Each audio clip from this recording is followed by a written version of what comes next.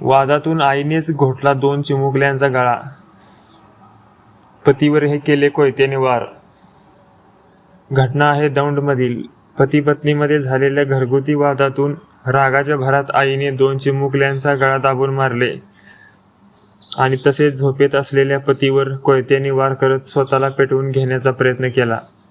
ही घटना स्वामी चिंचोली, तालुका दौंड येथे शनिवारी पहाटे घडली असून पतीला बारामती येथे उपचारासाठी दाखल करण्यात आले आहे. या घटनेमुळे संपूर्ण परिसर हादरून गेला आहे.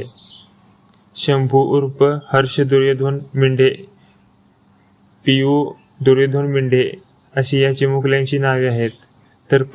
तर पती दुर्योधन आबा मिंढे हे गंभीर जखमी झाले आहेत.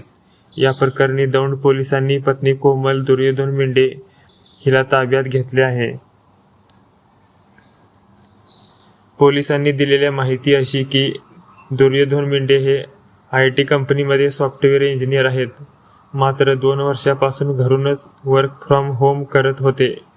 तर कोमल ही देखील BSc केमिस्ट्री झालेली आहे. दोघांमध्ये नेहमीच वाद होत होते. शुक्रवारी रात्रीही पती पत्नीमध्ये वाद झाला होता. त्यानंतर बेडरूममध्ये कोमल आणि तिची चिमुकली मुलगी पियू झोपलेली होती. सर्वप्रथम तिने मुलीचा गळावळून खून केला. त्यानंतर अन्य एका खोलीत आजीजवळ मुलगा शंभू झोपलेला होता.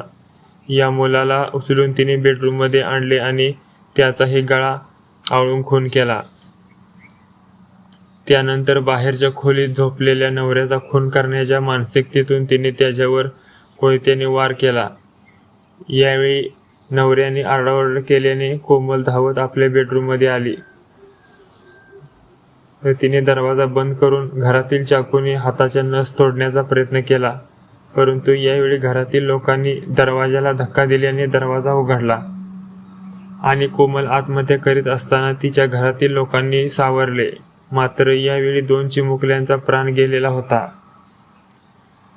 दुर्योधनवर बारामती येथील खासगी रुग्णालयात उपचार सुरू आहेत.